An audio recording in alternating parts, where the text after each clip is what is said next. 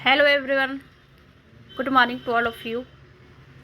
आज हम लोग न्यायपालिका को पढ़ेंगे, जानेंगे ये न्यायपालिका हमारे देश में किस प्रकार से काम करती है और न्याय जो केंद्र में है, राज्य में है और जो डिस्ट्रिक्ट में होता है, यानी जो सेंट्रल जुडिशियरी है और स्टेट जुडिशियरी और फिर डिस्ट्रिक्ट जुडिशियरी, वह किस प्रकार से काम करती है और इसे हम एक एक पाठ करके जो है हम सारी बातों को समझेंगे कि किस प्रकार से जो है न्यायपालिका हमारे देश में काम करती है। तो सबसे पहले हम जानने का प्रयास करेंगे कि न्यायपालिका क्या है। न्यायपालिका जो है सरकार का एक महत्वपूर्ण तीसरा अंग है। तो कहेंगे कि दूसरा अंग क्या है? दूसरा अंग और पहला अंग एक व्यवस्थापिका है और एक कार्यपालिका है, ठीक है। इसीलिए तीसरा जो अंग है वो है न्यायपालिका।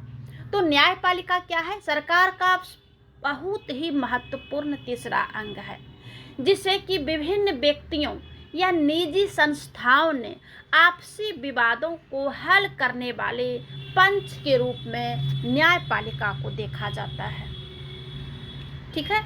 कानून के शासन की रक्षा और कानून की सर्वोच्चता को सुनिश्चित करती है।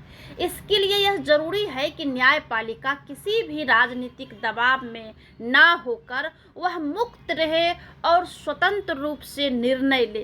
किसी भी राजनीतिक या किसी भी राजनेता के दबाव में या किसी भी राजनीतिक संस्था के दबाव में काम नहीं करे, वो स्वतंत्र रूप से कार्य करे, वो मुक्त रहे। न्यायपालिका देश के संविधान, लोकतांत्रिक परंपरा और जनता के प्रति जवाबदेह है। क्या है? न्यायपालिका जो है लोकतांत्रिक परंपरा में, क्योंकि हमारा जो देश है, हमारे यहाँ लोकतांत्रिक शासन प्रणाली है, तो लोकतांत्रिक शासन प्रणाली में ये क्या करते हैं? जनता के प्रति जवाबदेह है। विधायिका और कार्यपालिका न्यायपालिका के कार्यों में किसी प्रकार की बाधा ना पहुंचे, न्यायपालिका ठीक प्रकार से कार्य कर सके।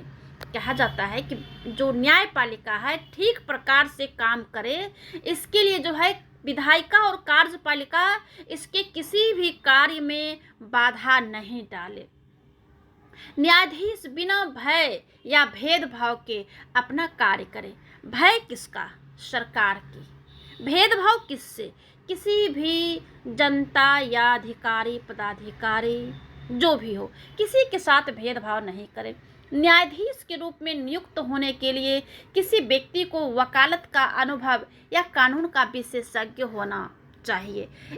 इनका जो निश्चित कार्यकाल होता है, ठीक है, निश्चित कार्यकाल होता है, वे सेवानिवृत्त होने तक अपने पद पर बने रहते हैं। लेकिन विशेष स्थिति में जो है न्यायाधीश को भी हटाया जाता है, ठीक है। विशेष स्थिति में न्यायाधीश को भी हटाया जाता है। न्यायाधीश की नियुक्ति कैसे होती है? मंत्रिमंडल, राज्यपाल, मुख्यमंत्री और भारत के मुख्य न्यायाधीश, ये सभी न्यायिक नियुक्तियों की प्रक्रिया को प्रभावित करते हैं। मुख्य न्यायाधीश की नियुक्ति के संदर्भ में यह परंपरा है कि सर्वोच्च न्यायालय के सबसे वरिष्ठ न्यायाधीश को मुख्य न्यायाधीश चुना जाता है। किंतु भारत में इस परंपरा को 2 बार तोड़ा भी गया है। कब कब तोड़ा गया है इसे जो है हम बताएंगे, क्योंकि ये लंबी प्रक्रिया है। सर्वोच्च न्यायालय और उच्च न्यायालय के न्यायाधीश की नियुक्ति राष्ट्रपति भारत के मुख्य न्यायाधीश की सलाह से करता है, ताकि वे स्वतंत्र और शक्ति संतुलन दोनों बना रहे, ठीक है।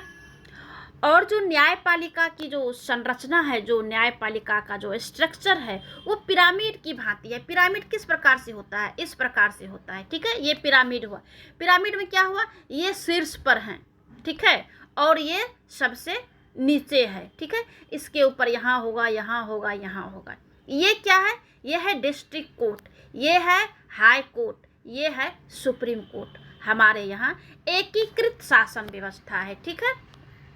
तो इसलिए जो है शीर्ष की बातों को हाई कोर्ट भी मानेंगे, हाई कोर्ट की बातों को डिस्ट्रिक्ट कोर्ट मानेंगे, ठीक है। डिस्ट्रिक्ट कोर्ट से भी नीचे अधीनस्थ होता है, ठीक है, अधीनस्थ होता है।